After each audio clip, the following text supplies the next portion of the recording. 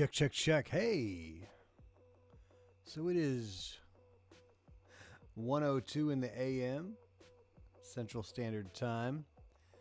My name is Bo. You can find me on Twitter at Mavs Highlights. I'm doing only and just the very Mavsiest of Mavsy things. So there's been a thought bubbling up in my mind over the last couple days post the Klay trade. And I agree with all the enthusiastic fans. I know there's some pessimistic fans out there. They're like, oh, Klay's too old. He's not who he used to be. We're definitely not getting, apex prime Klay. That's for sure. But the Klay we're getting is a really solid, really good player. We can talk about that some other time. I've been talking about it on, TGK streams and, just talking about it with other people. But the most common thought is, oh my gosh, Luka is going to just help Klay so much. Luka's going to be finding him in positions and ways, and Luka's threat to drive and to alley-oop and the incredible amount of attention that the defense has to pay to Luka as the number one threat on the floor at all times, which of course he is. He's one of the greatest threats to any defense in the world. Maybe the number one, maybe the number two, depending on how you rank guys. But I'd say the number one threat since he's running the offense the entire time. But I've just been hearing this thought regurgitated again and again and again. I'm not saying anyone's ripping anyone else off, but it's just the common thought is, man, Luka is going to help Klay so much. Luka is going to find Klay so wide open again and again, and he will. Of course he will. Luka is, for my money, the best passer in the world. He's the best scorer in the world. He's the best basketball player in the world. If you're the best scorer and the best passer, facilitator, best offensive engine in the world, you're the best player in the world, right? That's who you are. Doesn't mean you're the tallest, the strongest, the best this, the best that, but you're the best in the world. If you're the best offensive engine, the best scorer in the world, the best passer, facilitator, playmaker in the world, and I would say pretty conclusively, coming out of last season, Luka is those things. He's the best player in the world.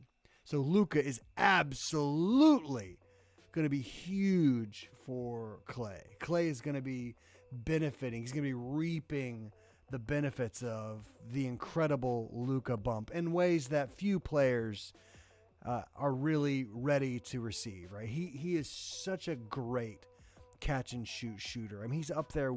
He's behind Steph, of course, but he's right up there with Ray Allen. Like, he's right up there. He is a top five. I say conservatively. I say comfortably top five. I want to say he's top three, but he's definitely a top five pure shooter all time. Just an absolutely incredible shooter. One of the best. One of the greatest of all time. Still great at it. But I want to come at it from a different perspective. A perspective that I'm sure has been said. It's just not one I've heard. I haven't heard it yet. I haven't said it online yet. And I haven't heard other people who I listen to. And I don't follow everyone. I only follow like 140, 150 people on Twitter. But they usually are the best Mavs voices. They are what I would consider to be either the most informed or the most insightful, or they have the best sources, whatever it is. Like, I follow a lot of good Mavs hoop talkers.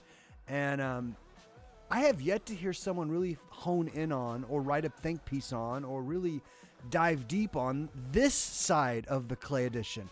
How good is Klay going to be for Luka? It's all been the other side of the coin. How good Luka is going to be for Klay. Man, how awesome is Klay going to be for Luka? Luka will, of course, be the best passer, facilitator, playmaker Klay's ever played with. No shade to Steph or Draymond. They're absolutely great at what they do. Steph, of course, is the greatest shooter in NBA history. One of the greatest players in NBA history. But I want to talk about how Klay is going to help Luka. Because I think he's going to help him a lot. Luka now has on his team at any time, at least one, but for huge chunks of the game, he's going to have two all-time elite shot makers. With Klay and Kyrie flanking him on either side, and who knows what creative ways they'll get them in motion, what creative ways they'll place them on the floor. There will now be two all-time great shooters on the floor with Luka at all times. Or, for huge chunks of the basketball game. For the majority of every game, Luka is going to have 2 of the greatest shooters of all time with him on the court. Like, just consider that. Just think about that. Because Klay is undeniably, like I've already said, he's a top 5 all-time shooter in my book. But Kyrie is an incredibly elite shot maker. He's an incredibly all-time great shooter. I don't know where he is on the list. I don't know if he's top 30, top 25, top 50. I don't know, but he is an elite all-time shooter. So now on the court, the Mavs starting 5 will have 2 of the greatest shooters all time with Luka.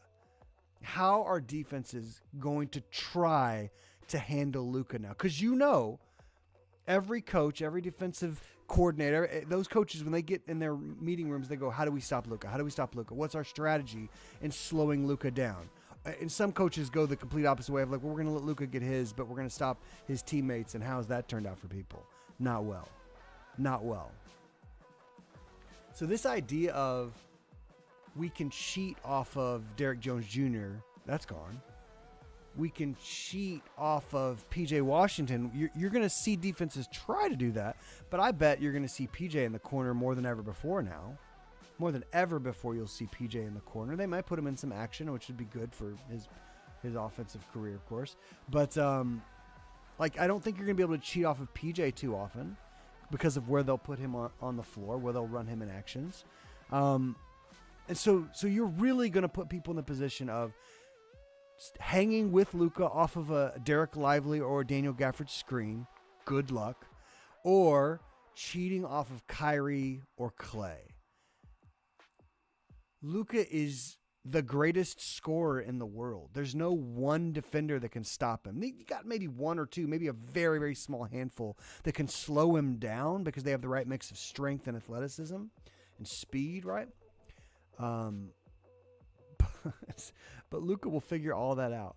Healthy Luka, which of course is we're going to talk about heading into the season. Healthy Luka, fit Luka, in shape Luka. That's a huge asterisk for this whole future window we're stepping into, right? But you can't guard Luka with one man. I mean, like I said, there's 1 or 2 guys in the whole league that can really offer him a challenge. Maybe 5. I don't know what it is. It's a small number. But your options as a defensive strategist now just got so much smaller when you face the Mavericks. Because are you going to cheat off of Kyrie? Yeah, no. Are you going to cheat off of Klay Thompson? No. Are you going to be dumb enough to give Luka lob after lob after lob after lob and cheat off of the roll man? Go for it. Luka is happy. He's happy to throw those lobs up to Lively and Gafford. But I just can't imagine the amount of expletives that came out of the NBA defensive coaches when they saw that the Mavericks got Klay Thompson, because they were already pulling their hair out, trying to slow Luka down, trying to stifle Luka, trying to give him different looks, different options. And now you just give him one of the greatest shooters of all time. Like, that's incredible how much Klay is going to help Luka. Like I said, Luka's already the most difficult defensive assignment, I think, in the whole world. And he just got that much more difficult because one of the ways that you could try to attack him was off of Derrick Jones Jr.'s man. And that's just gone. I'm sure teams will still try it. I'm sure it'll still inevitably happen because we'll get people in action. We'll get people in pick and roll. We'll get people moving. We'll get people switching. But you are not going to willfully cheat off of Klay Thompson. And Luka will find him again and again and again and again and again. You don't cheat off of Ray Allen. You don't cheat off of Steph Curry. You don't cheat off of Klay Thompson. It's like putting a gun to your head and playing roulette where only one bullet is missing. It is insane how difficult defensively the Mavs just became to strategize against. I just need to hear more conversations about this. Luka is already entirely unstoppable. Entirely unstoppable. He was by far, hands down, the best player in the finals. And what percentage was he at? I mean, what would you say? Was he at 80%? Was he at 75%? Are you a more positive-minded person? Was he at 83%? I have no idea. He was far from 100%. He was far from looking healthy. Imagine Luka coming into next season when he finally gets time to rest and he gets healthy. Imagine what it's going to look like having two of the greatest shot makers of all time flanking him on either side. Imagine what it's going to look like when they run those double screens where Klay sets the initial pick and then pops to the three, and then D-Live sets the next pick and then dives into the lane. Like, what are defenses going to do?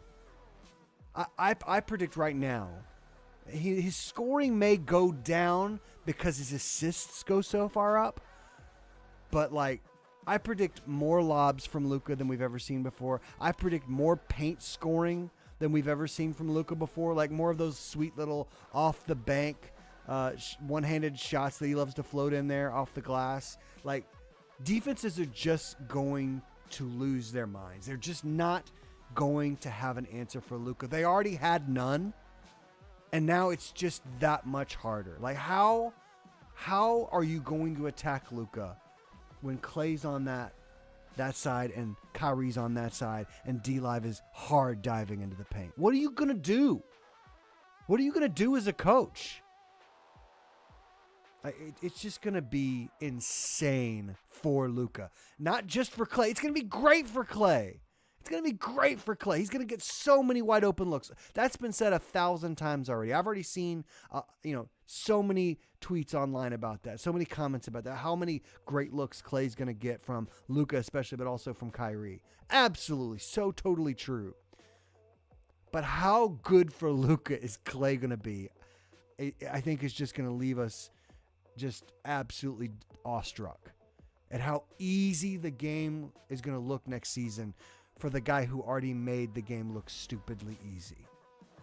Luka is going to, it's going to be so smooth. It's going to be so effortless. It's going to be so not easy, but he's going to make it look easier than he's ever made it look before. And in the end, I think the Luka-Klay relationship will be symbiotic. It will be mutually beneficial, if I haven't made that clear. Absolutely. It's going to be that symbiosis of, hey, you help me, I help you. We elevate each other's games. Absolutely. I just want to come on here and say, I think Klay is going to be great for Luka. Not just Luka is going to be great for Klay. All right, so going into next season, Luka is going to be 25 until the end of February. He's still a young guy. He's a young man, and we've seen, as great as he is, I think he's the greatest player in the world. As great as he is, we've seen him. I don't know if struggle is the right word, but we've seen him give less than A+ effort at being in physical fitness. Right? We've seen him look soggy. Right? We've seen him look, soft. I don't mean soft of mind or soft of game. I just mean physically soft, He's not chiseled. He's not cut. He's not Adonis. He's not Giannis, right? But for those of you that aren't old enough to remember, Giannis didn't always look like this either. Giannis used to just be a skinny rail of a dude. He used to just look like a flamingo out there. Like he was so skinny. And then he turned himself into what he is and has been over the last, 6 or 7 seasons. Will Luka finally grab a hold of this idea of getting into amazing shape? He's so brilliant on the court. He's so brilliant. His basketball IQ is just off the charts. You're talking like Magic Johnson level basketball IQ. I mean, I don't even know who else to compare him to. His basketball IQ is just insanely high. But he still is, in real life, a very young man. Doesn't turn 26 until February of next year. And young men often don't make the best decisions. I am hoping that Luka will tap into the brilliance that he brings to the basketball court for his physical fitness. I'm hoping he will rest, get well, get the leg and the Achilles and the knee and all of that healed up, And if there's anything that needs to be addressed surgically, I hope it's very minor and they get it out of the way. I hope it's nothing. I hope it's just rest is all he needs. But then I hope, like no other time in his life before, he will dedicate himself with his brilliant sports mind. I hope he will dedicate himself to fitness, to being in the best shape of his life. He's got to look at this team and this roster and know, man, this team is all in. This team is all in. All in is an expression in the Dallas Fort Worth Metroplex. It's gotten used by Jerry Jones and the Cowboys, and then they just strike out again and again and again and again and keep embarrassing themselves. But Luka needs to look at his front office, look at his GM, look at his ownership team and go, the roster they're wanting to put together, they are all in. They realize that we are in the middle of a championship window. And those only stay open for so long. I got to do my part, right? I got to at least maximize my potential to bring home the Larry O'Brien. And so I'm hoping that he will see that his team is all in, see that this is the best roster of his current NBA career. He must know that his team needs the very, very best from him, that he needs to be focused in an amazing physical condition, yes, but also mental condition. And not to allow this secondary game he plays with the referees become such an issue like it has at really key times in his NBA career. And if he can do those two things, if he does those two things, he's the MVP. And I mean, they'll have to vote him MVP. It won't be Shea. It won't be Jokic. It won't be Giannis. It certainly won't be Embiid. It will be Luka, the undeniable greatest player in the world on a team that I bet wins in the high 50s or low 60s next year in the regular season. I'm hoping that Luka will see these things and realize I can give more. I can give more. We have to tap into that madman, right? That psycho idea of like, you're already the best player in the world. How much better could you be if you were just in better shape? How much better could you be if you just stopped having the refs as enemies and at the very least got neutral ground with them? You don't have to kiss up to them. You don't have to try to become, just get neutral. Just get out of the red, right? Just get out of the red when it comes to the refs. Get in neutral ground with them where you're not hurting yourself and de facto hurting your team by your relationship with the refs. Like, my gosh, adding Klay Thomson to Luka Doncic's deck of cards, that is incredible for Luka, incredible for the Mavs, and I think will be absolutely incredible for all of us as fans. How much better can Luka be, and how much will Klay help Luka get there? Time will tell, but I'm excited. Y'all have a good one. Go Mavs.